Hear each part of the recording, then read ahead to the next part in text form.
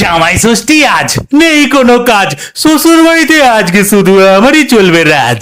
আজ কোনো নেই টেনশন, বউ নেবে না কোনো অ্যাকশন, কারণ সাথে যে আছে শাশুড়ি মায়ের জেড প্লাস প্রোটেকশন। প্লেট ভর্তি মিষ্টি, খাবারের বিশাল লিস্টি, ছোট শালিটা কোথায় গেল, ওকে লাগে বেশ মিষ্টি। বউ বলবে না কিছু, ঘন ঘন খাবো লিচু, হাফ কিলো করে মটন আবার জামাইদের মাথা পিছু। কাতলা এনেছে বড়, আমার ভালো লাগে আবার মুড়ো, সকাল থেকে দেখতে পাচ্ছি না কোথায় গেল বুড়ো। বুড়ো মানে আমার শ্বশুর, একেবারে অসুর, পালিয়ে গিয়ে বিয়ে করেছি না, ওটাই আমার কসুর। সে কি পুরো রাগ, আমাকে বললো ভাগ, দেখতে দেখো না একদম যেন বৃষ্টি ভেজা ঝোড়ো কাক। মেয়ে নাকি তার হেলেন, আর আমি নাকি ভিলেন, সে তো মারবে বলে লাঠি নিয়ে আমায় তেড়ে এলেন।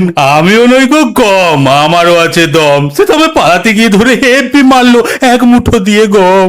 রাগ ভাঙলো তখন আমাদের পুচকুটা হলো যখন, শ্বশুরটা আমার ওরকমই, শাশুড়ি পুরো মাখন। বউ নিতে বললো আম, সঙ্গে আবার লিচু, কোথা থেকে সব নেবো, পকেটে নেই তো কিছু। বসবো যখন খেতে, জামা কাপড় হবে আবার দিতে, বলবো এই যা বাড়িতে, ভুলে গেছি ওগুলো নিতে।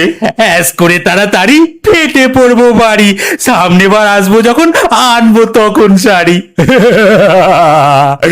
ইউ